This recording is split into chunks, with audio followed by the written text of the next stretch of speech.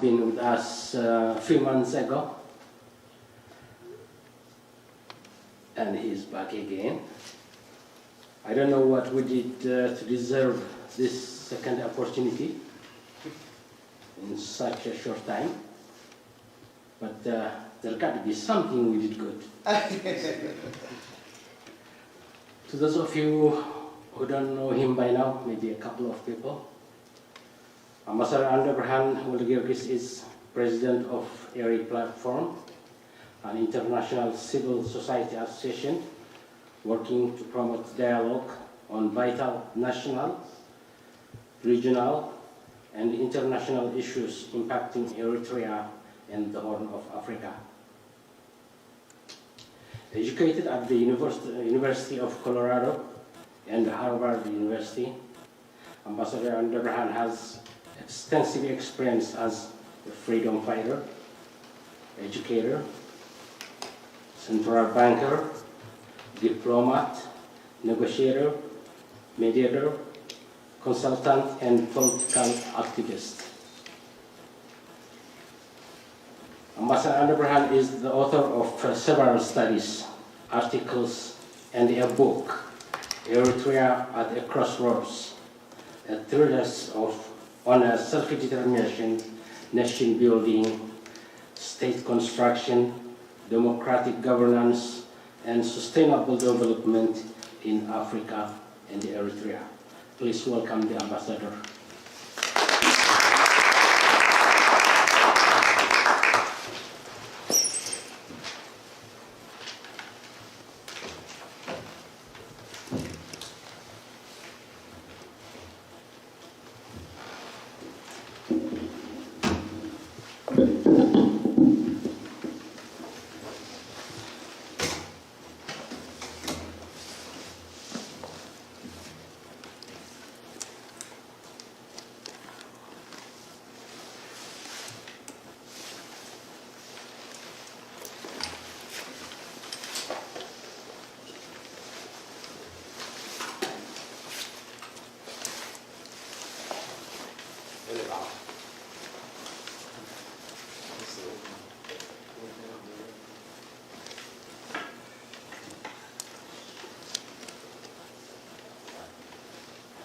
Good afternoon, everybody.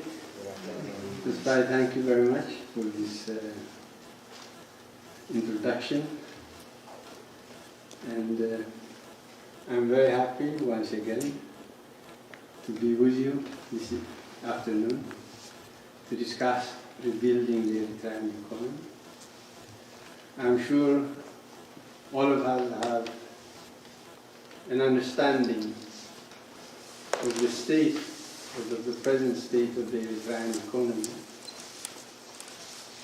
But what I will do today is maybe give you a broad outline, highlighting on the basic features of the economy and its failure to provide for the basic needs of the Eritrean people under, of course, the current leadership. My presentation will focus on the current state, some key performance indicators, measures to build the Eritrean economy, and the Eritrea Vision 2030. If we look at the current state of the economy, we see an economy in a shambles. Why? 30 years of war of national independence, we know that. 2 years of really an unnecessary, avoidable, and hugely destructive war, border war. 20 years of no war, no peace. Regional and international isolation. UN sanctions whose impact remains in effect, in the sense that Eritrea is still isolated from the international payment system. There can be no currency, monetary fund, any monetary instrument transfer from Eritrea or from Eritrean held banks. We have correspondent banks for the central bank maybe, Some of you who've studied finance understand that. Transactions are done, if you trade, you have LCs, letters of credit, or you have also transfers of all kinds, purchases, etc. So Eritrea is still handicapped because it still is not party to the international payment system. And then, of course, underlying all that is the pursuit of a distorted policy of self-reliance. During the war, we had, I think, a correct perspective of what self-reliance meant. Essentially, it means relying on your own resources, mobilizing your own material and human resources to achieve whatever it is that you're pursuing. And in that case, we're waging a war of national liberation. And we felt that, of course, we had international isolation, we did not have substantial external support. So we relied mainly on mobilizing the people of Eritrea and their very meager resources to wage a successful war of national liberation. But self-reliance does not preclude assistance, external assistance. What is insisted on is independence of policy, independence of decision. There can be no quid pro quo, which has become a very popular phrase these days in your own country, the United States.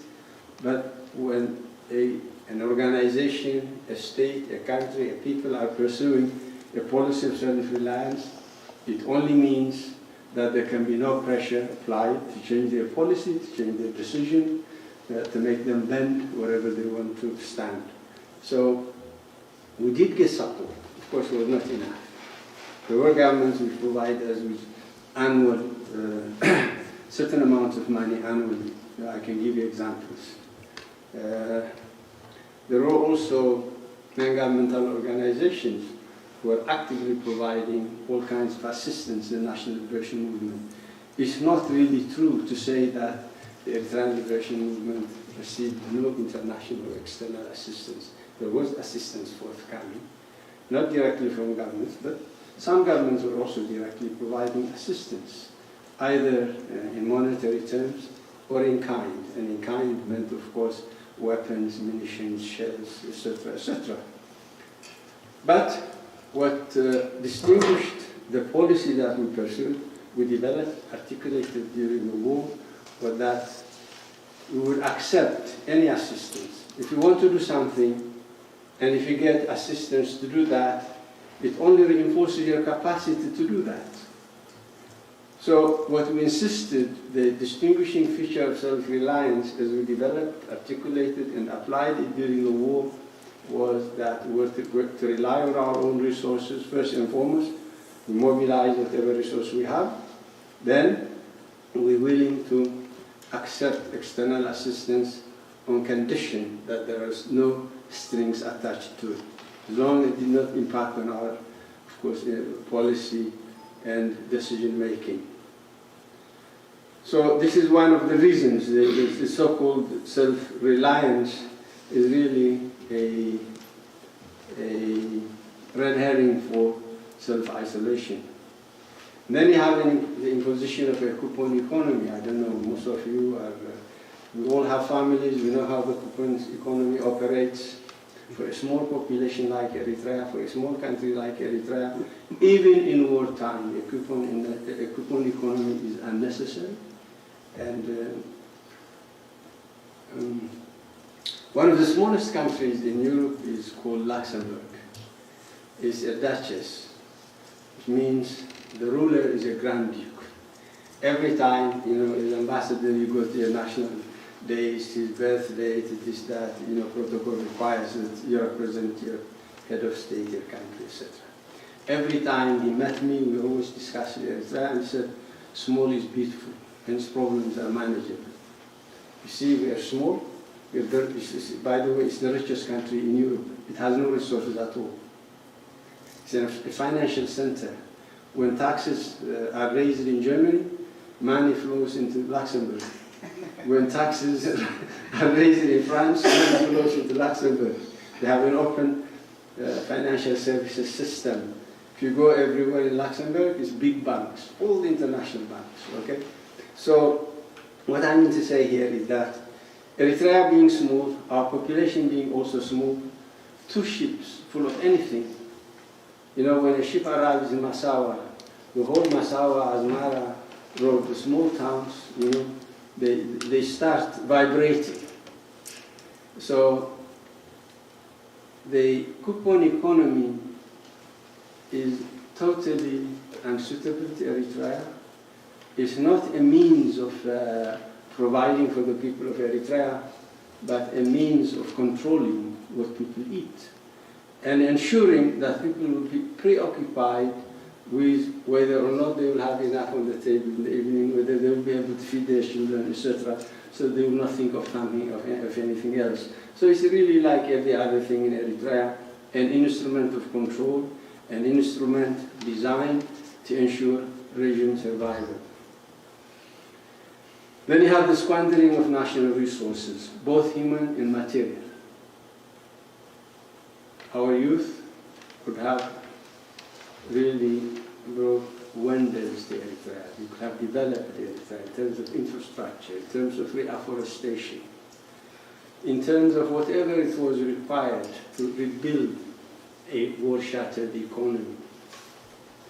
But national service for me is like, I don't know if you, when I was young, I really liked the Greek literature. So if you know, if you are aware of the myth of Sisyphus, in short, Sisyphus had a problem with the gods, so he was cursed. He was condemned to push a round stone, a big stone, all the way up to the top of a mountain, and the moment it arrives, it goes rolling back down. So it goes down. So that's 24/7. It's exactly like that. National service is not contributing to the creation of wealth in the country. It's not contributing to the development of the country. It's not contributing to economic growth. It's simply a means of keeping the youth in thrall, of regimentalizing them, and keeping them, of course, under strict control so that they will not be troublemakers for the regime. So essentially we have an economy that has been unable to produce the essential public goods and services and provide for the basic needs of the people. We all know that in Eritrea, even water is not available, food is not available, electricity is not available. After all, I think the end game of all human endeavor is to improve the human condition. We go to school, we're investing in our future, to acquire knowledge and skills that would, of course, enable us to produce, to become productive members of society, to be gainfully employed. In the process, we generate income. So it's really all human endeavor, if we look throughout history, aims to improve the living standard, the quality of life of whoever he is or she is that's doing something. So not only is not the economy able to produce the essential goods and services for the Eritrean people, but the macroeconomic situation in the country is under severe debt stress. Due to a sustained period of high trade and budget deficit, what does it mean? Those of you who studied economics, balance of payments, your exports generate foreign exchange for you, your imports consume your foreign exchange. So a trade deficit means you are importing more than you are exporting in monetary terms. So when you have a deficit, it means other countries, you have to pay other countries in foreign exchange. What do you get it? And then you have also the budget deficit is when your expenditures exceed your revenues. So the two deficits, then monetization, which means whenever they have problems, they just print money. And you produce money, what are you doing? You are actually creating money without creating a corresponding quantity of goods and services which this money can be used to buy. You're creating demand without providing for supply. And then you have, of course, external borrowing. External borrowing to do what? To pay, to settle your deficits. And then you have a very dysfunctional financial and banking sector. You have very tight monetary control, very weak asset quality, and scarce foreign currency or foreign exchange. And this is not just my assessment, it's the assessment of the IMF, that this is a report from their Article 4 consultation 2019. These consultations are actually long, extensive discussions with the relevant authorities in the government, and IMF experts come, and this is their assessment, not mine.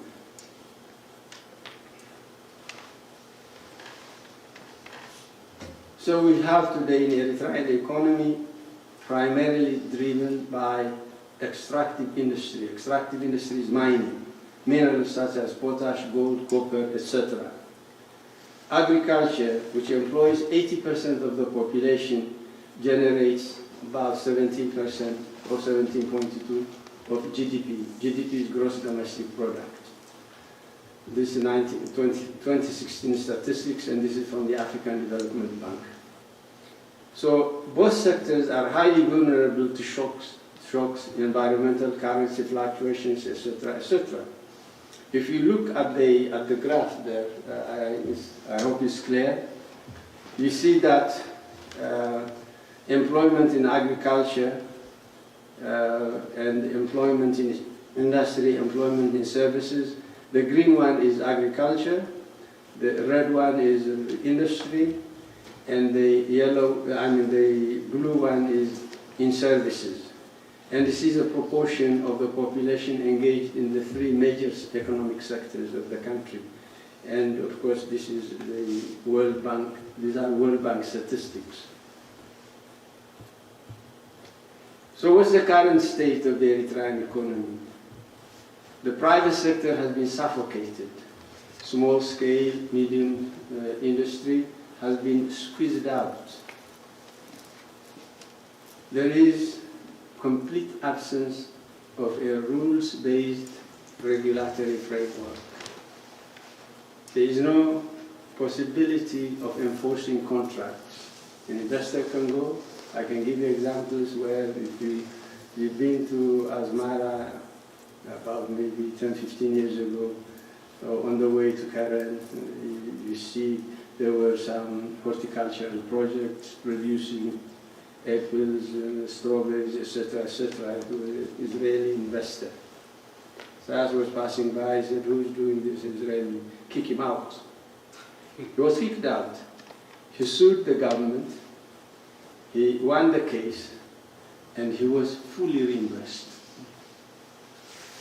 Those horticultural projects were employing local people, generating money, generating, of course, the foodstuffs, fruits, etc. And so now, nothing is happening there. But the government has to pay the investor. And then you have the FDJ monopoly and domination. In many countries, what you have is parastatals. You have, of course, big corporations, even in a capitalist country. Many of the major corporations could be state-owned. What matters is how they are managed. If they are independently managed in accordance with business principles, it's really not, ownership is not really a problem, because even in the biggest capitalist countries, you have public ownership of major enterprises. But in Eritrea, these monopolies are front-owned, not government-owned. For instance, the gold mines, copper mines, zinc mines in Bisha, the potash in Duncan. The government insists on a majority share for Eritrea. That share does not belong to the government, it belongs to the front. But the money is generated from the people of Eritrea.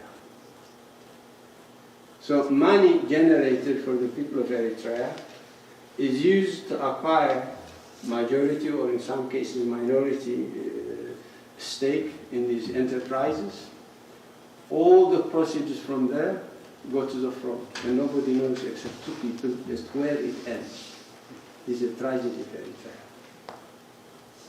And then you have very imprudent fiscal and monetary policies.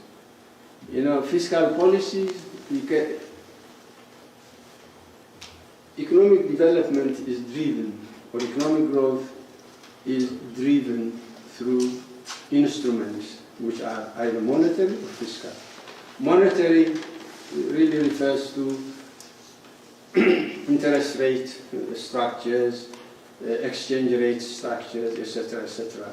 So if you want to stimulate a certain sector of the economy, or certain sectors, you give them low interest rates. You encourage them by lowering the interest, by availing credit at low cost. Fiscal, if you increase taxes, you're taking money away from people's pockets. You're reducing their purchasing power, their ability to consume. If you decrease taxes, you increase their purchasing power. So, in most countries, economic growth is driven by a mix of monetary and fiscal policies. In Eritrea, there is no such a thing. The central bank has been reduced to a guichet for foreign exchange. The commercial bank has been reduced to a guichet for local currency, for NAFA. And everything is done through fiat, without any kind of analysis as to the potential impact of whatever decision is made. So you have constant interference and harassment of the private sector, which has driven most of them to the neighboring countries. I think 3-4 years ago, President Museveni said that Eritreans represent the third highest source of foreign direct investment in Uganda. This investment could have been done in Eritrea. Had domestic investment been allowed, these people investing their money could create employment, could create wealth, could create social goods and services essential to improve the human condition in the country. Then you have arbitrary measures and tight control. All of that has driven the private sector out of the country. Whereas in 1994, we had drawn up a macroeconomic policy framework which envisaged the private sector as the driver of the economy, as the engine of the economy. The role of the government was to be confined to a regulatory framework, regulation, supervision, to human resource development, and to the provision of services in remote areas that are, of course, not profitable for the private sector. Otherwise, the government was not to be involved, or the front on behalf of whatever, were not to be involved in direct microeconomic level operations. As a result, what do we have? Large youth population trapped in indefinite national service. That's producing nothing. You have the absence of due remuneration. You have disproportionate burden on elderly parents and single mothers, unfortunately. As I'm sure you understand what that means. Disruption of the nuclear family and unraveling of the community. There is, of course, the stifling of the development, no innovation, trivialization of education. I'm sure when the Senai won, he became second place in the marathon, people were saying, "Cap degrees, degree." I don't know, for those who don't understand Tigrinya, better legs than degree. Degree is legs, because he was a runner, this guy. So, and you see, also in the Gamhara they have a training. They give them, from some of these people from national service, a month of typing training. And then they give them gowns for graduation, they invite their parents. I mean, this is part of the trivialization of education. Of course, we know that there is no higher education, there is no meaningful higher education in the country. The only university was closed. Instead of improving the quality, there was an attempt really to revitalize the university, revise its curriculum, its syllabus, pedagogy suitable to the development needs of the country, etc., etc. But all that was nipped in the bud. And what you have is, of course, the degradation of education at all levels. And in Eritrea, the most important asset of Eritrea is the Eritrean people, but they need to be educated, they need to be trained, they need to be equipped with the skills, with science and technology to rebuild the country, and also to make it better, to create a better life for themselves and their families. And there is, of course, absolute absence of investment in science and technology. It's no accident that the most advanced countries today are countries that have invested heavily in education, heavily in research, in science, in education. Otherwise, why do you need all these universities? In the United States, of course, we now see East Asia, China, Japan, Western Europe.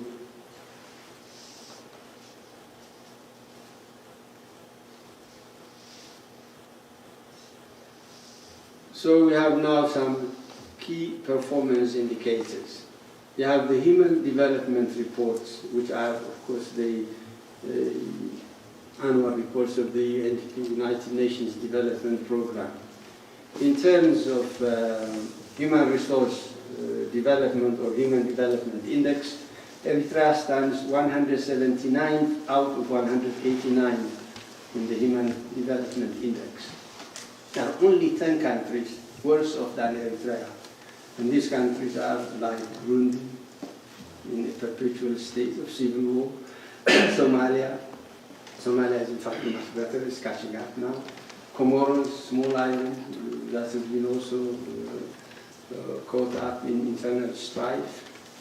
And some of the failed states.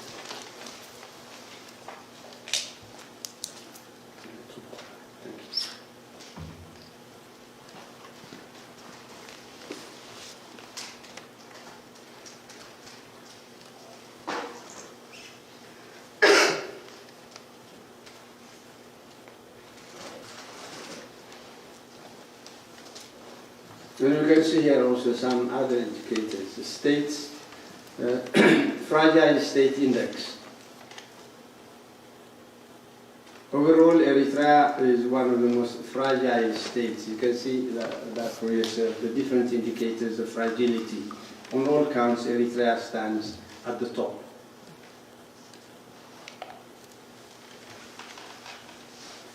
Doing business in Eritrea, in terms of ease of doing business, Eritrea ranks 189 out of 190. There's only one country in the world worse off than Eritrea to do business. What does it mean? It's very, very difficult, nearly impossible to do business in the country. In the first place, when we drew up the macroeconomic policy framework, we had developed what we called a one-stop shop. People were saying, okay, well, you want to invest, etc., how much money they have, why do you want to show us this? We told them that it's really none of their business. A businessman, a businesswoman knows what is profitable or potentially profitable for him or for her. Give them the freedom. So we decided that there should be one spot where everything, licensing, whatever is needed in terms of legalizing, establishing the business, in one place, and you can see all that. So you have the different figures for Eritrea. It's extremely difficult, nearly impossible to do business in Eritrea, to invest in Eritrea. Now we see people, okay, you have officials asking for or trying to promote investment in the country. If you don't have a regulatory framework that's rules-based, when you're not sure that an agreement you make today, you will have no means of enforcing it in the event of default from whoever partner you have on the other side, why should he invest? Why would a foreigner come to Eritrea to engage in direct investment when Eritrean entrepreneurs are denied the right to invest in their own country? Those are sufficient indicators. Business is after profit. They are not philanthropists. They are not there to driven by altruism. They are driven by the profit motive. In generating profit, what you do is create a regulatory framework that provides for a win-win situation. In generating profit for themselves, they also generate wealth, income, employment for the country. And they have the Andebrhon governance, of course. Eritrea ranks here, you can see. And you have the different indicators.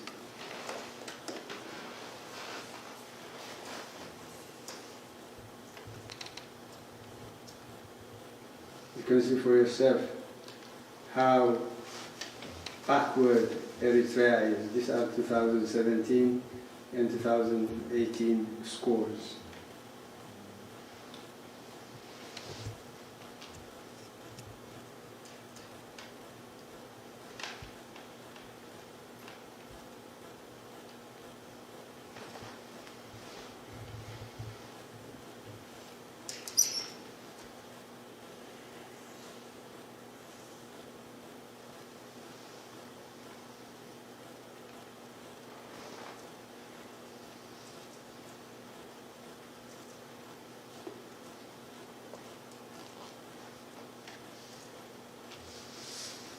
When Eritrea began in 1991, of course we had a war-shattered economy, really a devastated society, water society.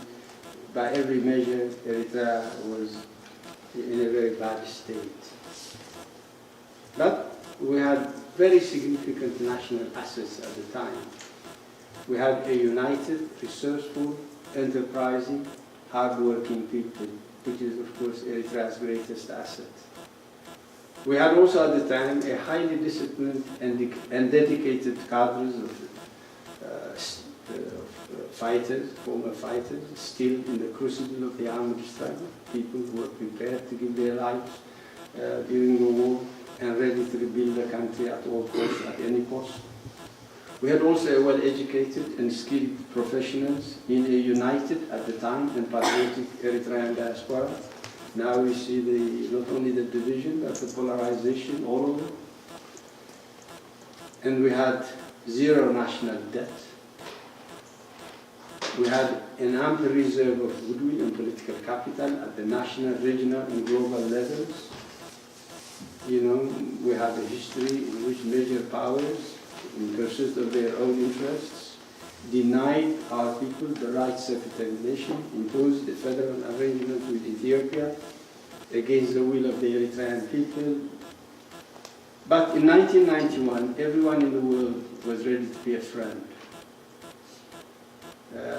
Ethiopia, against which we waged 30 years of war of national liberation, was the first country to recognize an independent sovereign Eritrea on the day that the results of the referendum were announced.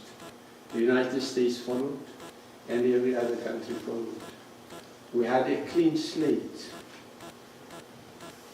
and we could have built a relationship that is beneficial to us as a country, as a people, that could jumpstart the growth of our economy and also rapidly raise the standard and quality of life of our people.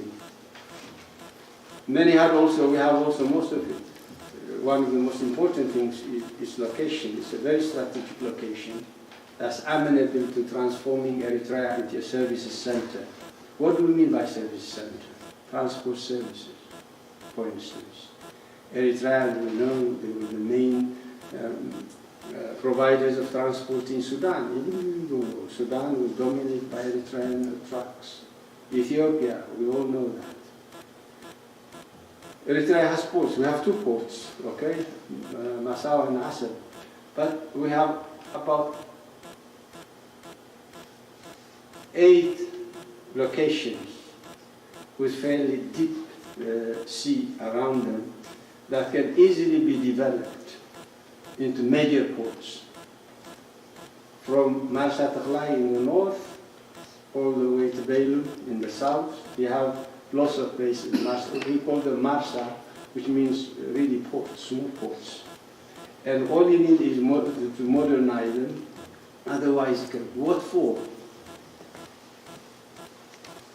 Massawa is the natural outlet, not only for central Eritrea, but north central Ethiopia. There is no alternative for Ethiopia. In terms of cost efficiency, there is no alternative to Massawa. When we talk about north central Ethiopia, we're talking about Gojam, Bagamdur, in the old geopolitical or geographic division of Ethiopia, Wallo, Tigray. Massawa is also closer to eastern Sudan than Port Sudan. It's shorter, the distance between Massawa and Kassala is shorter than that between Kassala and Port Sudan. Massawa would also be the port of choice for southern Sudan. Assad, really, many people think that Assad and Djibouti are competitive. Not really, they would be complementary. Ethiopia is a large country, 110 million people now. This major outlet, or the main or the principal outlet for Ethiopian trade, both export and import, is Djibouti. I travel throughout East Africa, actually throughout Africa on work. Now I go to Djibouti, and my friends in Djibouti show me you could literally count the number of containers on the Ethiopian sector of the port. For Ethiopia, if Ethiopia begins to develop, then Ethiopia would be best advised to use both Massawa, Massawa of course for the north central part, both Djibouti and Assad. They could compete in terms of providing cost-effective, efficient services. But in terms of servicing the Ethiopian economy, they would best be complementarity is really the rule of the name of the game, not competition. Because Ethiopia, if it develops, it will have a large export and import business. And that can be provided only by modernizing the sports and making them suitable for Ethiopia to use them properly. And then financial services also. I was talking about Luxembourg. You could think of Switzerland, you could think of other countries. You could also think of transshipment ports. In fact, we had this idea, this vision of changing Assad. Even when Ethiopia was when Assad was the main port for Ethiopia, we were thinking of diversification. Transshipment port. And this desert around. You've been there, there's vast rolling plains where nothing grows. You can develop them into dry ports, container ports, for eastbound, from Western Europe, Southern Europe, to Eastern Asia, the Persian Gulf area, etc., etc. So you could service Ethiopia. At the same time, you can diversify and generate additional income by providing such services. And of course, communications, broadband, etc., etc. So we had this vision of turning Eritrea into a services center and, of course, a hub of transit trade. But this did not materialize, and we are where we are. And then we have also relatively abundant agricultural, mineral, and marine resources. In 1996, I believe, there was an EU-sponsored study, assessment of the fisheries potential of Eritrea's Red Sea waters. We're not even talking about Eritrea's exclusive economic zone, just Eritrea's waters, territorial waters. Eritrea could exploit, according to the study, about 180,000 metric tons of fish, all kinds of fish, shellfish, which is not. Eritrea has this green lobster, which is the most expensive in the world. You have lots of tuna. During some seasons, all the tuna from the western Indian Ocean come. And because the Bab of el-Mandeb is narrow, they're trapped. In other words, Eritrea could, I think it's 180 or 108,000, I don't remember it now. But Eritrea has been producing at best about 10,000 tons per year, less than 1/10 of its potential. And agriculture, of course, even you have all kinds of citrus fruits. You have the, I don't know if you're familiar with Eritrea, you have the former Italian concession farms in Elaborate. You have Ala, you have Mahani, you have Solomona, Filfil, all these places. And you have, in fact, so many places in Eritrea where with proper water management, if you harvest rainwater, or if you build micro dams properly, with really terracing the watershed, or reforesting, etc., etc. Not the kind that they're doing, because no longer is, as soon as a dam is completed, siltation takes over. I'm sure if you've driven from Massawa, from Asmara to Massawa, you see the former big dam in Ginda, or you can see the Zula Dam. It's all part of the soil. I mean, this is now a farm. It's not, there is no water there. This is what's happening. You know, the current government says it's building micro dams, but these dams are built without studies, without engineering expertise. Look, if it were possible to build anything without architects, without engineers, without know-how, without technology, there would have been no need for these universities, for these schools of technology, etc., etc. But in Eritrea, in the trial era, when some people are working, somebody asks, okay, why don't you do this? Okay. Why don't you do that? Okay, in the process I can tell you all kinds of instances of disastrous things that have happened because of this trial and error.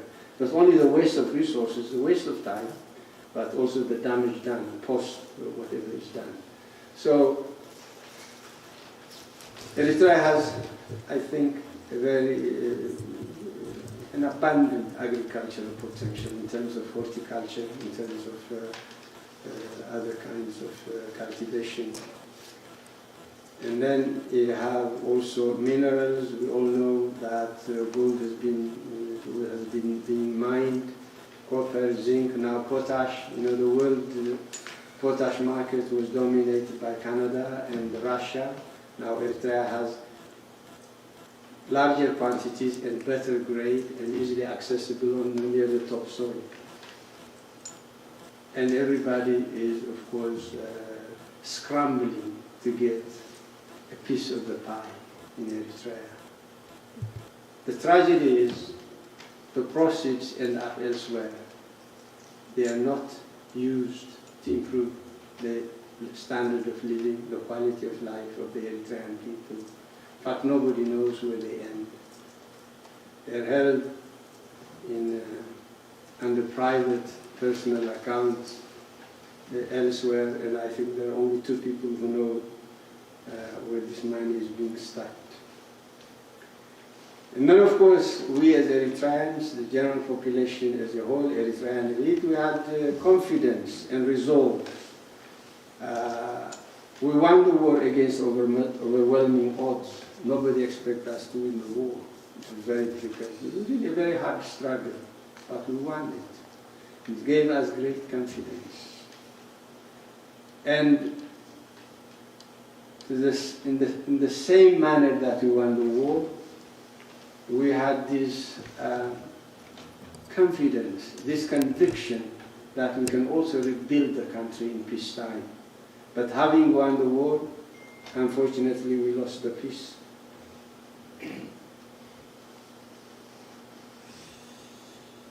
So now, under the present circumstances, what are some of the measures that we can apply, that we can draw up and implement to rebuild, to revive the Eritrean economy? An economic policy of transition must address, first and foremost, the most pressing needs of the people, create employment, generate wealth, and lay the foundation for sustainable development. How? First, immediate rehabilitation, revitalization, and development of the 9 key national assets that I enumerated just preceding this section. Second, urgent rehabilitation of water and power supply systems. People should not be thirsty, should not be denied access to water.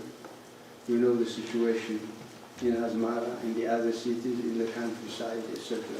This is unacceptable. 3, immediate action to avail essential medicines and overhaul the public health sector. We're providing better public health delivery during the war than the current government is doing at this moment. Immediate measures, supply side and demand side intervention. This means supply side intervention is actually things that stimulate production. Production of goods and services. Demand side intervention is intervention that boosts the purchasing power, consumption. So you have to use instruments that boost production and, of course, that also boost consumption, because if you produce for sale. If there is no money, if there is no sold, production cannot continue.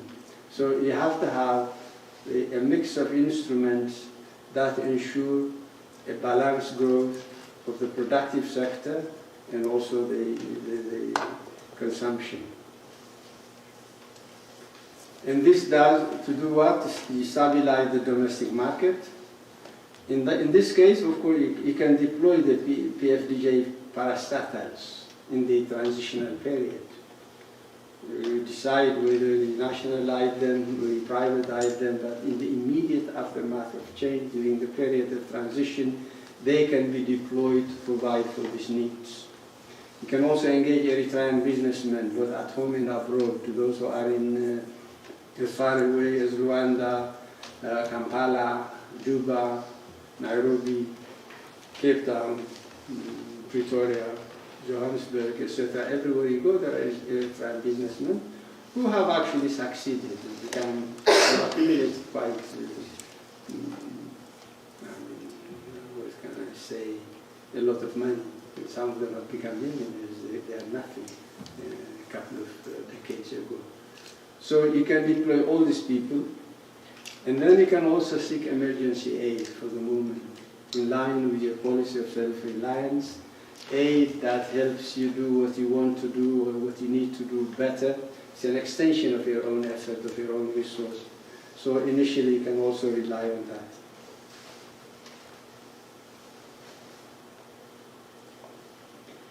And then you should rapidly revive the financial sector, empower the central bank, give it autonomy over monetary policy, foreign exchange and reserve management, supervision of the financial sector, and also due role in fiscal policy. Fiscal policy is a shared mandate of the central bank and the Ministry of Finance. The Minister of Finance always needs to borrow from the central bank. The central bank is, of course, the lender of last resort. Sorry. And so why does he need to borrow? In order, because whenever his expenditures exceed the revenues he's generated either through taxation, by all means, then he has to go to the central bank to borrow. And the central bank would say, okay, I'll let you so much, not more. Because if he borrows more, it would have implications on the macroeconomic stability. It would drive inflation, and inflation eats up the value of the currency, etc.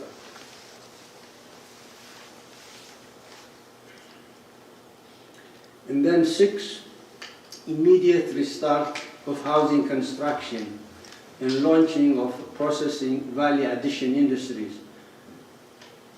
Construction in any economy is one of the major indicators of economic health. And this one, of course, it creates employment. It does two things. It creates employment, generates money for the workers. It also solves an acute housing shortage, which is rampant in Eritrea today. Construction has been stopped for I don't know how many years. And the last time I was in Asmara, if you drive towards Pushet or towards whatever, you see houses that were started, foundations laid, stopped, houses nearly finished, no finishing at all, houses half finished. All of that, of course, with the rain, etc., they will have to restart again. Why? Not only has housing construction been banned, but we also know that they have been, what do you call this, they've been also destroying homes. And that has aggravated the critical shortage of housing in Asmara and in the other cities. And when we say value addition processing, raw materials, in the terms of trade,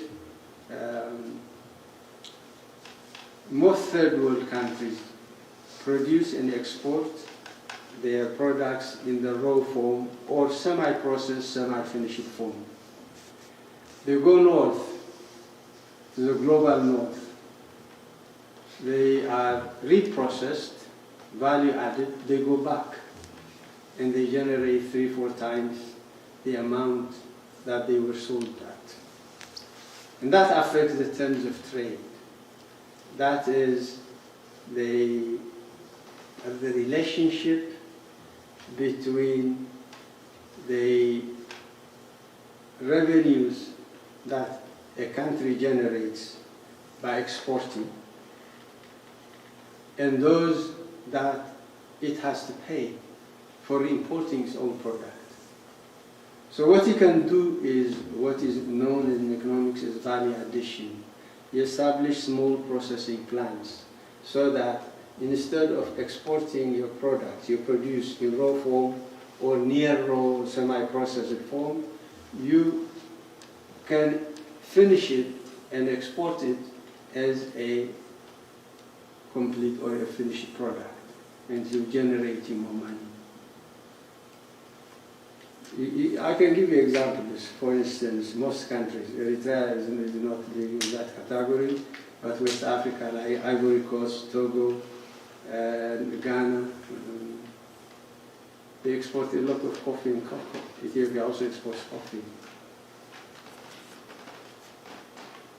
It goes outside, it's processed, roasted, etc. Chocolate when it goes back. And if you compare the price of 1 kilo of raw cacao and 1 kilo of chocolate, it's maybe 100 times more expensive. So one of the drivers of economic development, economic growth, the small-scale value addition processing. Whatever you produce, you can add value, and the more you approach its final finished form, the more money you get it by exporting it. Of course, you export whatever you have in excess of domestic consumption. And the 7th one is rapid rehabilitation of education at the primary, secondary, and tertiary levels, plus technical and vocational training.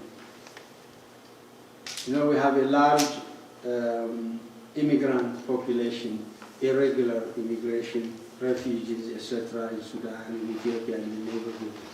Most of these people live really a wretched life. Even in the cities, you go to Kampala, you go to Nairobi, you go everywhere, you wonder who is left in Eritrea. Their conditions are very deplorable. They hurt you as an Eritrean. So as soon as there is change, there must be a reversal of the outflow of Eritrean youth. They need to come back, they need to be retrained, you need to establish technical schools, vocational schools, to train them, to give them the skills required for gainful employment and to generate income. In so doing, of course, they help themselves and help the country develop. We also have a large number of youth trapped in this national service. You have to start immediate mobilization. And what do you do with them? You have to integrate them in the civilian economy. That would require training.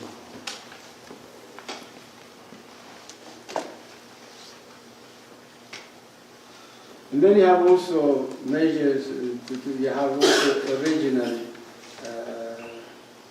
at the regional level, Eritrea has an unexploited and undeveloped potential to serve, this we discussed actually, as a service center, transport hub, etc., because of its location, of its potential as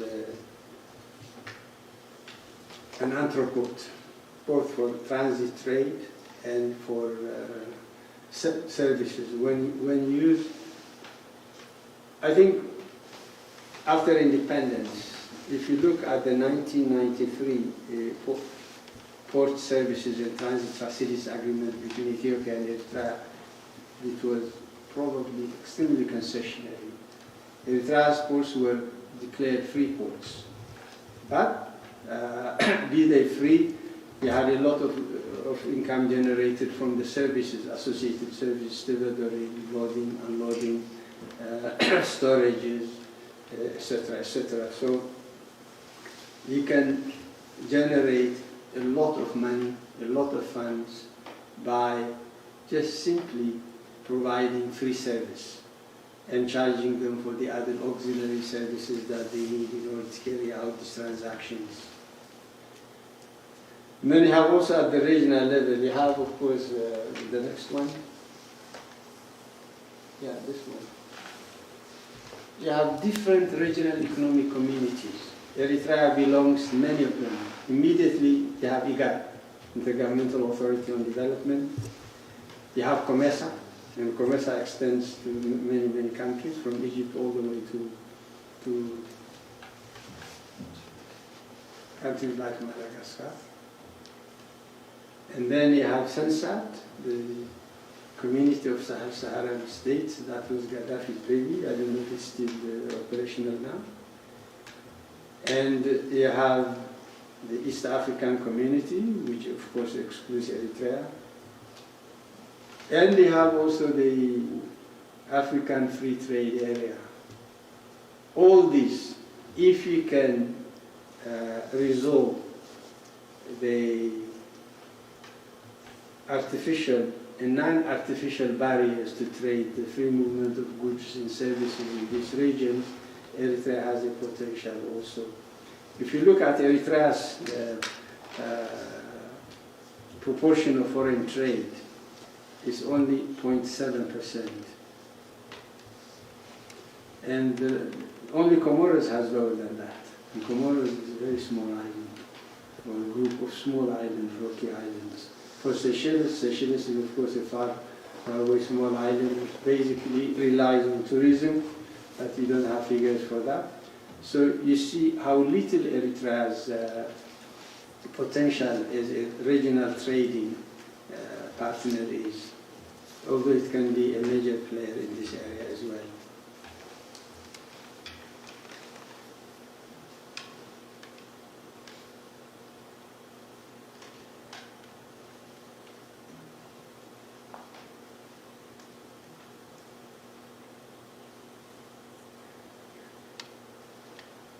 is stuck.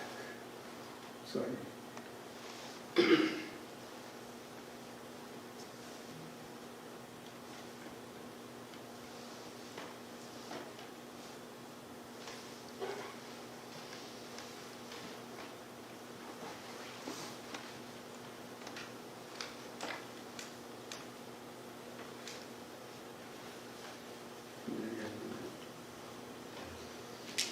At the regional level, you can see, I don't know if it's large enough, maybe you could highlight the Moscow.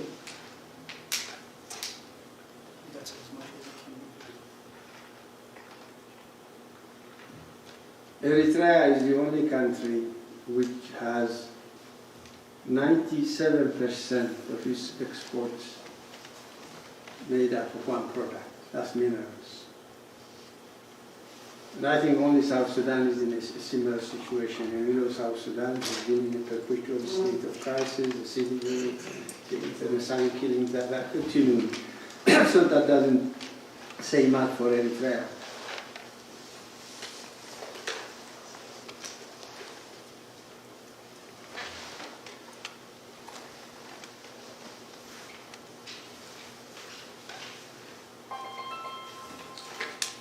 You see Eritrea's strategic location, about 4.8 million barrels of oil per day pass through the Bab el-Mandeb, Strait of Bab el-Mandeb. The Strait of Bab el-Mandeb, on the other side, on the Arabian side, is Yemen, which controls it. On the African side, is divided between Eritrea and Djibouti. It's a very strategic location. The Red Sea is also a major trading route, not just for oil and natural gas, but for all other products. It's also one of the major spheres of naval activity in the world. So Eritrea's location is extremely important. Under these circumstances, what needs to be done? I think in Eritrea there are two requirements for progress. One is change. Second is ensuring that change leads to a democratic transition. An Eritrea that avails equal opportunity, equal liberty, equal rights to all its citizens without distinction as to gender, region, nationality, language, ethnicity, etc., etc. In order to do that, I think we have, I don't know who I think only Petros was in the last symposium we had in Frankfurt. But one of the decisions we made is to draw up Eritrea Vision 2030, a blueprint for Eritrea between now and 2030, which once drafted, discussed, enriched, refined, can serve as a basis for the cultivation of a shared vision of the Eritrea we would like to see. And the pillars of that vision, of course, the first draft has been worked out. The main player in this is a very distinguished Eritrean lady, Dr. Harnet Mohresian, a young lady who was born and raised in Germany, and but she's extensive work experience in Eritrea. She is leading the project, and we have other people participating in the project. So we have already identified 6 pillars for this vision. The first is peace and security. Without peace and security, we can do nothing. We all know that Eritrea has been held hostage for the last 20 years on the pretext of no war, no peace. Now, the achievement of peace and security should be the first priority. Eritrea's national security is best served by good neighborly relations with all our neighbors.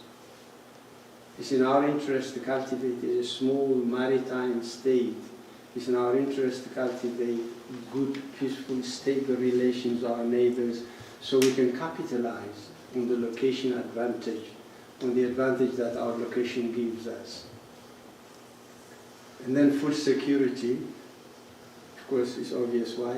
Basic infrastructure, job and wealth creation, investing in the people, revitalizing education at all levels, at the primary, secondary, tertiary levels, urban renewal and city master plans. And we need also a macroeconomic policy framework. And we need to define a national vision that all, if not all, a majority of Eritrean stakeholders can agree on, establish implementing agencies or organs, position Eritrea smartly, and engage, of course, with the international community through diplomacy, marketing, etc. I'll tell you, countries have diplomatic relations, not solely to preoccupy themselves with consular affairs that the current government is doing, but to engage in political, economic, cultural interaction. One of the major tasks of a diplomatic mission is to promote not only good relations between the home country and the host country, but to promote investment, promote trade, identify areas for identify items for import, to identify markets for export, etc., to attract investors, to create bridges connecting, for instance, Eritreans in the diaspora. They can act, they can become bridges, they can bring not only their own seed money, their own expertise, but their relations with their host countries, etc., etc. So I think in a post-PFDJ Eritrea, we will have a government that engages proactively, not reacts to situations as they arise, randomly, but systematically engages on the basis of the interest of Eritrea and the Eritrean people, that uses diplomacy to address issues of dispute, issues of disagreement. It's normal to disagree, even a husband and wife disagree on anything.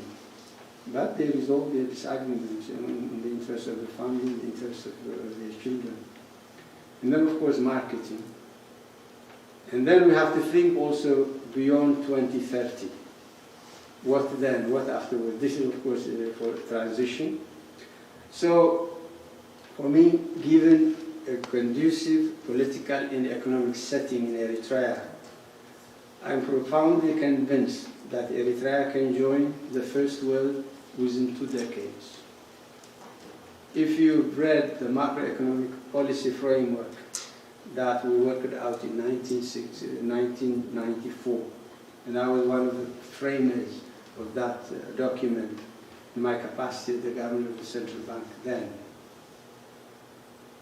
we had anticipated to change Eritrea within 20 years.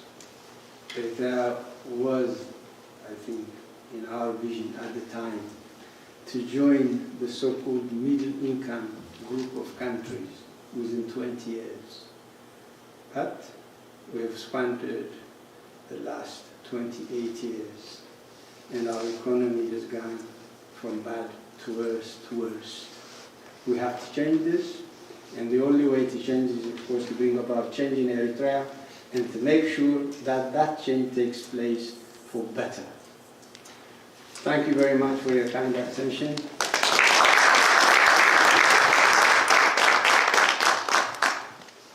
I'd be very happy to discuss any issues you like. It's 6 o'clock, so we should be done by 5:30. What time is it now?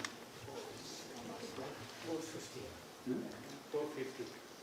4:50? So we have 40 minutes. Okay.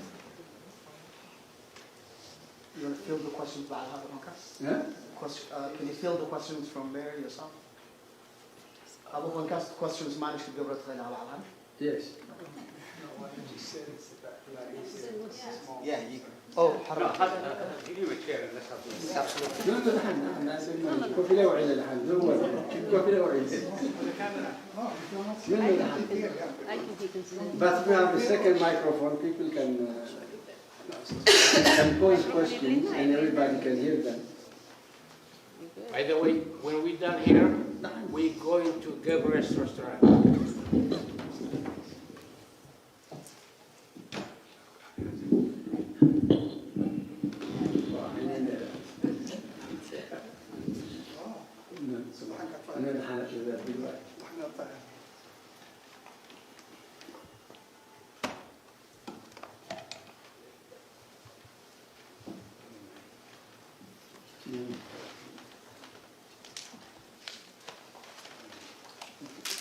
Okay, can I take the lead question? All right, thank you. First and foremost, I would just like to commend my friend, my colleague, my boss, for the commendable stance, the strong stance that you have throughout your life as a fighter and as an Eritrean as well. My first question is, you have clearly articulated the action plans. What is it needed now for Eritrea to get out of this dire situation or conundrum? One. And my second question is, of course, as an Eritrean intellectual, as a freedom fighter, but most importantly, as a person who has been a diplomat. You have seen the political upheaval that has been going on in Ethiopia and how the tyrant in Asmara, Isaias, reacted to that. We have seen his physical or his emotional expressions, his verbal expressions have certainly shocked the entire Eritrean population. Is that the kind of Isaias that you knew before? Or were there some changes that he observed in the manner that he tried to handle these things? If they were different, how different were they? So if you could give us, a kind of brief, idea of what your impressions were. Thank you. I think on occasions like this, it would be more beneficial for us to discuss current issues and what needs to be done in order to bring about change in the country and to ensure that that change leads to a democratic system of governance, instead of dwelling in the past, analyzing behaviors, characteristics, or identities. Yes, I've known Isaias for many, many years, maybe about 40 years. And most of my adult life we've been together. But it's really not that useful for me to discuss that now, because we have more urgent needs. I think it's more important for us to discuss how we can bring about change, how each of us can contribute towards that, and how we can better prepare so that that change that place, God forbid, change can mean for the worse. Change could also mean some cosmetic change here and there, but continuation of the system is in essence.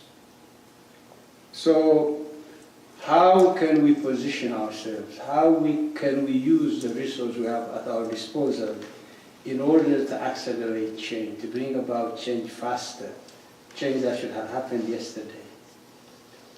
And how can we contribute to that change as individuals, as Eritreans? And how can we contribute? How can we prepare ourselves for change? Post-change, what are we prepared to do? I think these are more beneficial issues to discuss than Isaias's character, his nature, etc., etc. I'm sorry, I prefer to be focused today on today and tomorrow. Because the past is gone. It will never come back to us. Today is the only resource we have. Let's use it to build a better future. We don't need to dwell on the past. Whatever his character, whatever his nature, whatever, what we need as a matter of urgency is change in Eritrea now. So let's focus our discussion, our attention, our mindset on how to bring about that change, how each of us can contribute towards that change. Yeah, but my primary question was simply, as a diplomat, it has, of course, shocked us. It shocked us, all of us. But as a diplomat, was there something that shocked you most? It was my personal, look, in relations among states, especially in the interaction between heads of state or heads of government or even officials of two independent states, there are certain protocolar requirements. I can share with you that the minimum requirements of protocol were violated, to the disgrace of the violator and the shame, to the embarrassment of Eritreans everywhere. I don't want to repeat that. No.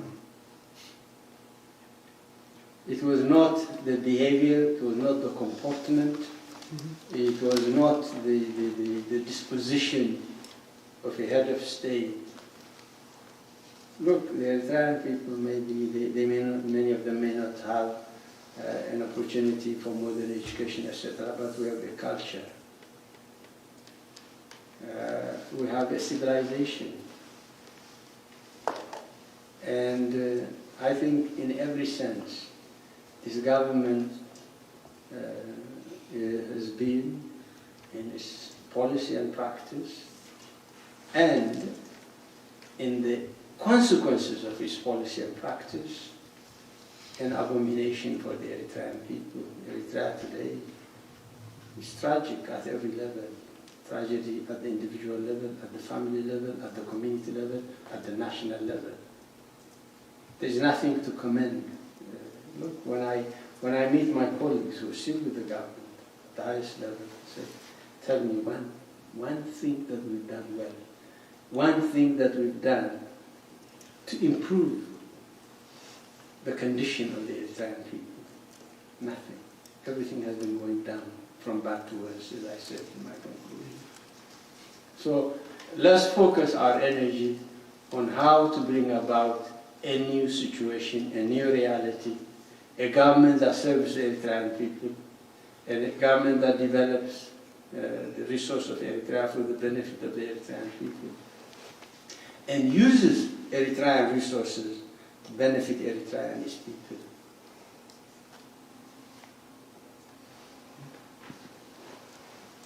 Yes, sir.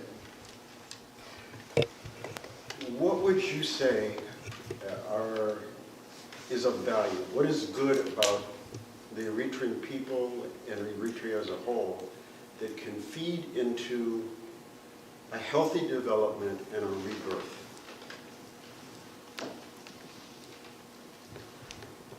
I think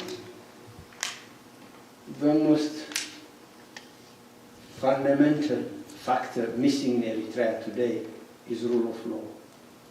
When you have no rule of law, you have rule of men.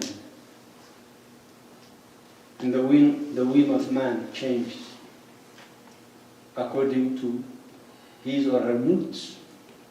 In Eritrea, we have a tradition of respect for the rule of law, with customary laws that have been codified for hundreds of years, long before the advent of Italian colonialism. In fact, if there is any people in the world who do not really need a central government to manage their day-to-day affairs, it's the Eritrean people. There is a deeply ingrained respect for law. Somebody comes, I'll give you instances, somebody comes to hit you, he raises his axe, for instance, say in the name of the law, he stops. You tell him, okay, in the name of the law, follow me. He goes to the judge, the village chief, etc., etc. So the law is used historically, traditionally in Eritrea, to arbitrate all kinds of disputes, all kinds of differences, all kinds of conflicts. So we have a law-abiding people that has been nurtured through our customary laws. They might have varieties, local varieties here and there, but throughout Eritrea we have this tradition. And this is the absence of rule of law and its replacement by the rule of man. That's at the heart of our predicament. So I think that's one lesson we can, if we allow the Eritrean people to lead a normal life. I'm not saying the customary laws have no defects, no, but they can be perfected to meet the needs of our times. Nothing is perfect. Nothing is forever. Something that evolves. These are live documents that can be improved, amended, etc., etc. But we have a basis of self-governance at the village level, at the district level, at the provincial level. This has been our history. Is that history that's being violated today? Thank you. That's helpful. First of all, thanks for coming for the second time, as just I have alluded before. But also thanks for your very enlightening presentation. It's also nice to start dreaming about the transitional period post-PFDJ. It's a nice feeling. Speaking of employing parasitals of PFDJ during the transitional period, as you have alluded to in your presentation. Besides the mining sector, what other economic sectors do you think will remain to help revitalize, to rebuild the economy after this system is gone? I guess, in short, what are the chances of starting from scratch to rebuild Eritrean economy? That's my first question. Especially in absence of rule of law and all that stuff. The second thing is, you mentioned about the reversal of youth exodus so that they can rebuild Eritrean economy. At this time, migration, I am afraid, has become a mindset. Do you think that's more difficult to reverse, the mindset portion of it, so that people will think rebuilding the future Eritrea? What are your thoughts? Two questions basically. The first, I think the problem in Eritrea is the monopoly. Even wholesale trade, retail trade is monopolized. If Red Sea Corporation cannot do something, there is no bidding. It awards a certain contract to somebody. Of course, some of that goes as kickbacks. And, in procurement, I think it's a worldwide phenomenon. There are always commissions, kickbacks, etc., etc. But that's very rampant in Eritrea because that's, rather than the exception, is the rule. So you open up. With the opening of the political space, you also need to open the economic space. You have a regulatory framework that encourages, motivates Eritreans to invest in their own country.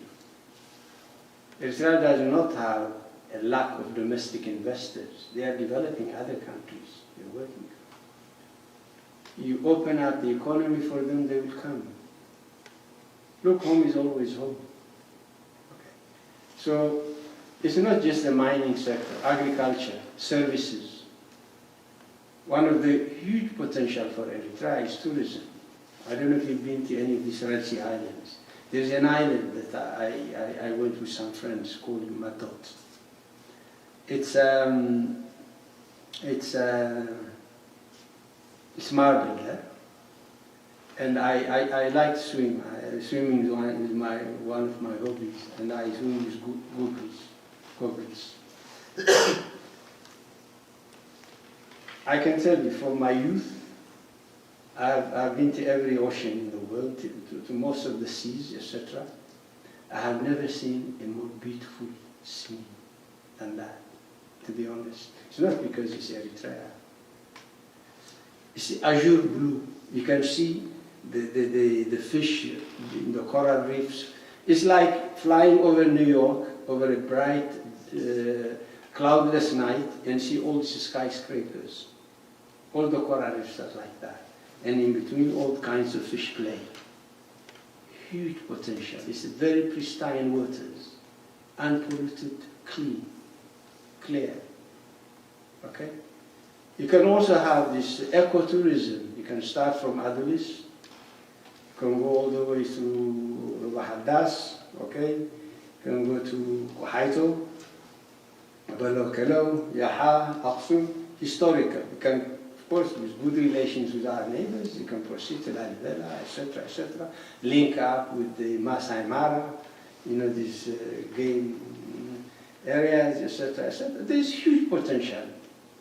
If we can get our act together, if we can bring a government that our people deserve, then I think that's a beginning. We have all kinds of potential. So you have in the services, in agriculture, in manufacturing, small-scale manufacturing. You can start with tomato paste, for instance, or canning fruits, canning fish, filleting fish. Look, if you can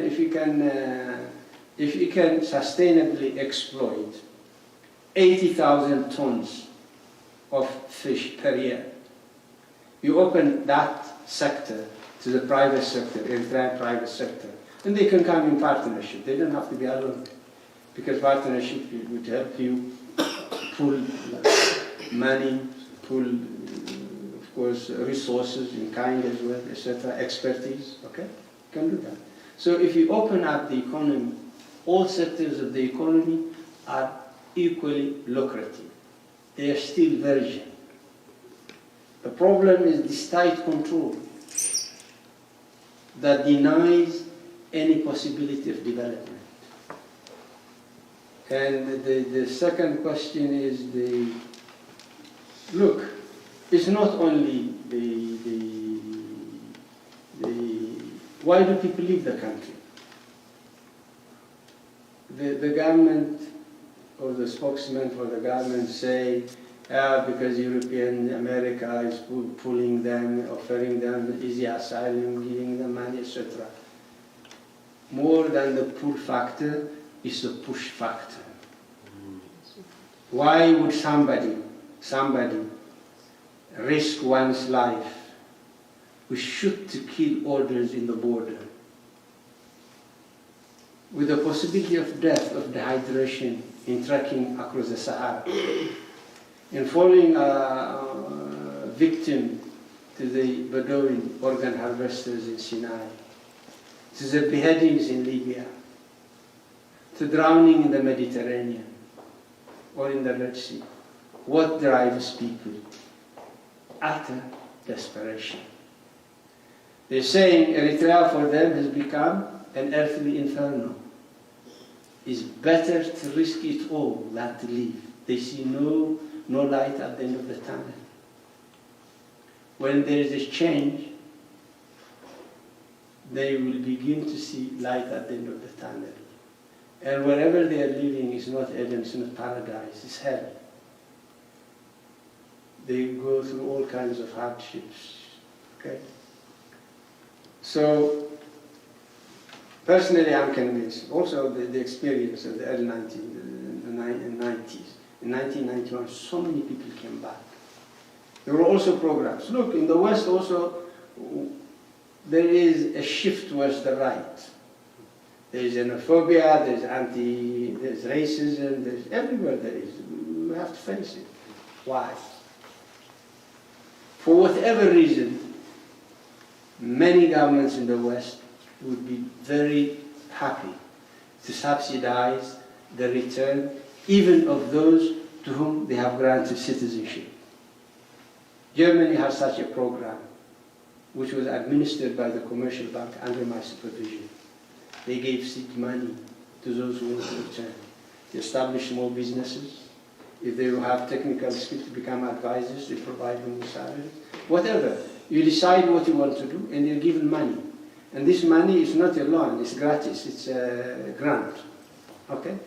Many of these countries are willing to pay for their citizens or refugees being denied asylum status, etc., for them to return home, so they can reduce the number of immigrants they have in their own countries, etc., etc. So I think if you provide them with opportunities for training through technical vocational schools, if you equip them with the skills necessary to employ them gainfully, to build their families, and in so doing also to contribute for the country, I'm convinced that many, many Eritreans, if not all, the majority would return.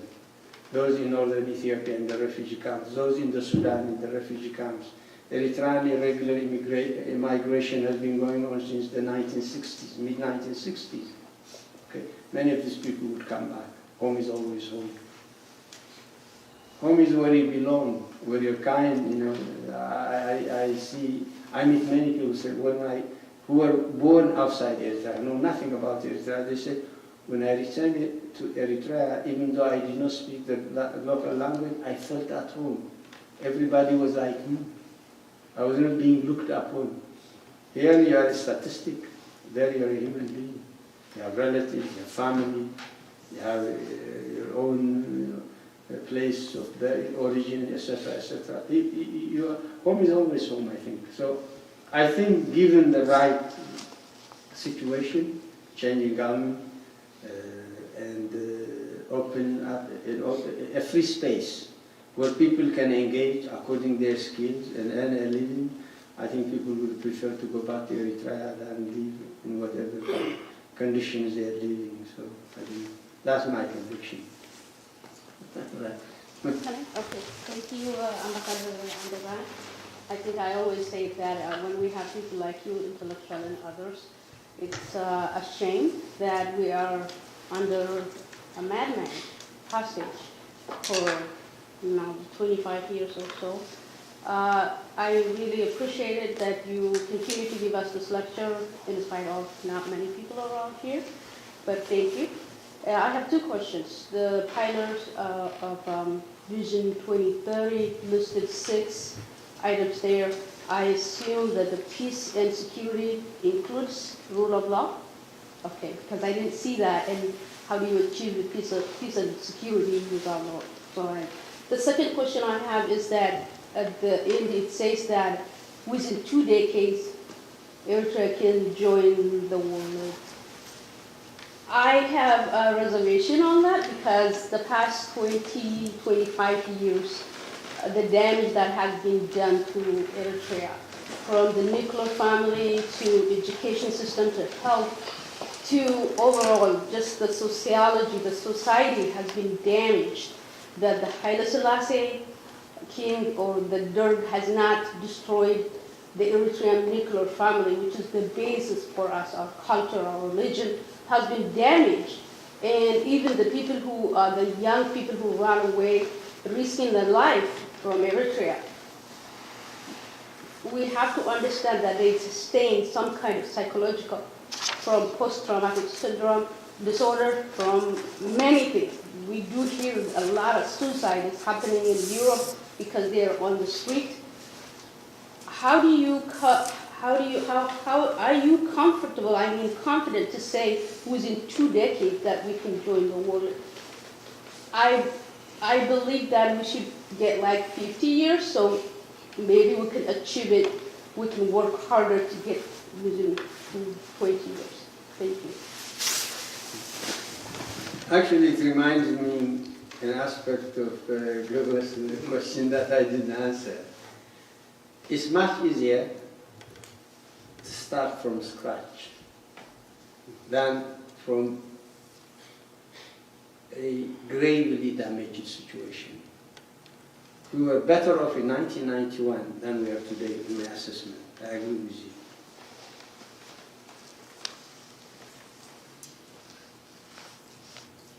The task is daunting. First, your first question. Rule of law is implied. Without rule of law, you cannot have consensus, you cannot have social peace. When I think a wider understanding of peace would be not just the absence of war, the absence of conflict with your neighbors, but domestic peace, where you have, of course, what you call a social contract, where the government represents the people, is accountable to the people, and answerable to the people. So you have, that's an underlying premise. Of course, it can be articulated. This is just a first draft. That's in the making. And hopefully by January, we hope to have a rough draft, which would be, of course, discussed in different fora, hopefully to generate some kind of consensus about the future of Eritrea that we all like, we all aspire to, etc. I don't mean to imply that it's going to be easy. That was what we had in mind when we drew up the macroeconomic policy framework in 1994. We deeply believed in that. And I think it's really possible. The middle-income countries, if you look at them, and if you look at Eritrea today, if we saw some of the performance indicators, Eritrea is in the lowest rank of the development ladder by every criterion. Okay? But, as I said, small is manageable. If we revitalize our education system, provide training for the various kinds of skills, bricklaying, masonry, finishing, this, that, whatever skills are necessary to build houses, to build offices, to build schools, hospitals, etc., etc. You can acquire this within a relatively short time. And it might take time. You're right. We are all traumatized people. There's no question about that. We came out of a 30-year war. We were traumatized. It's a matter of degree. Every Eritrean is traumatized. Okay? The young people have migrated, have crossed the Red Sea with the possibility of drowning, have seen people butchered in front of their eyes for harvesting their organs, etc. Have seen people beheaded, have seen people die of dehydration in the desert, etc., etc. Yes, we're traumatized. We are people who need special treatment, but that's a luxury we cannot afford, and nobody is going to avail it to us. But if we can develop the solidarity that would help us heal, it would accelerate the healing process. So, 20 years may be too short, you're right, it may be too optimistic, but you can aim high and settle for where you forward to get. Forgive me, but one last question. Should I take the opportunity? Thank you. Another Khalid, زي حاجة There is nobody. It's yours. Okay. Now, my question is, could be broad, but we all aspire for a change. But given the current situation of political organization, political opposition groups, civil organizations, and citizens, What do you think is missing from us to expedite change in Eritrea? What is that we're missing from us? If I knew, I would have compensated for that and engineered the change that's necessary. Okay. But let me tell you this. My perspective, my view is that change will come in Eritrea from within, not from outside.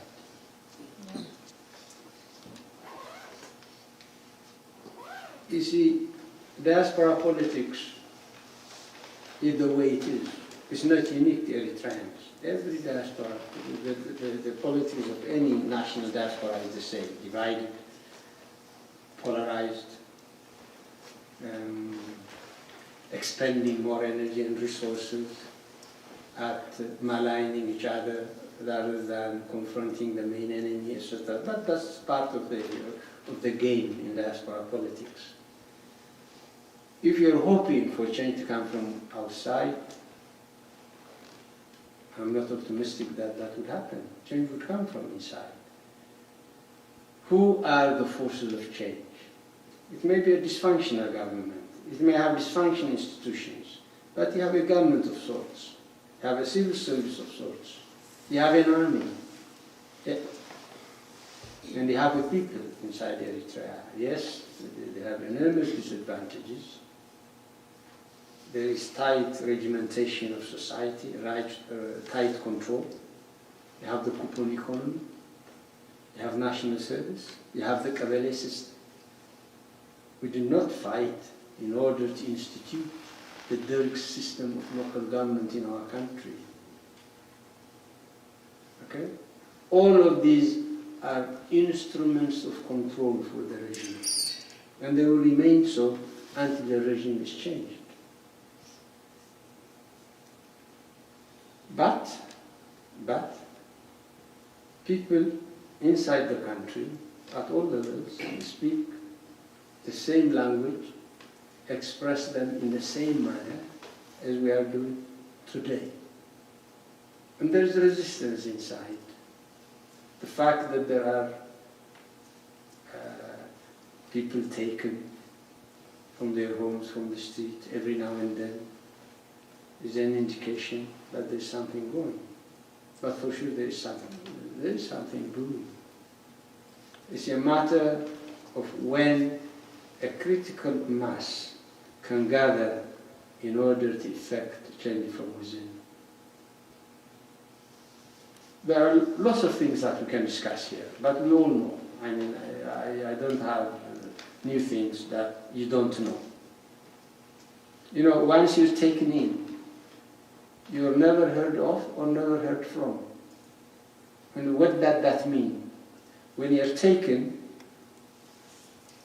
you are an example to Awad and to Gannet. Oh, we've been taken. I need to avoid this fate. Shut up. Okay? But that fear factor, the sense of suspicion that has helped sustain the regime, is fast evaporating. And people are using, developing the modicum of confidence to take risk, to overcome fear, to overcome suspicion, and come together for the common good. So I think that change will come from within. People in the diaspora can play a very important role. The diaspora has always been a very important factor of Eritrean society. During the war, a lot of people went from the diaspora, like myself. I was in the diaspora, okay?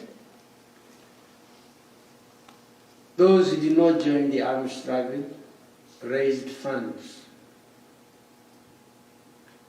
that were necessary to sustain the armed struggle at very, very critical moments. I can assure you that without this support, certain moments could not have been bridged. They were critical. So for me, the independence of Eritrea is the product of the efforts and sacrifices of the entire Eritrean people. be they as fighters bearing arms or as patriots fighting outside, members of the mass organizations, whether in the LF, EDPLF, etc., etc. So the diaspora is very important. It has also a proportionately higher number of educated professionals, more resources, freedom to gather and discuss whatever they want, because you live in relatively open and free societies. So we have a lot of assets that we can use. And if we can get our act together, we can strengthen the internal resistance by many, many ways, many means. It's just a matter of how do we create that link and strengthen that linkage so that we contribute to the generation of the critical mass necessary to bring about change, and then to ensure a stable transition. Because it's also very important to prepare for the day after. What do you do? You should not be caught by surprise. If you are prepared, then you can ensure stability and smooth transition. There are issues, many issues that we have to tackle, many challenges we have to face, but as a minimum, we have to think of how we can position ourselves, not only to contribute towards change, but towards a stable transition.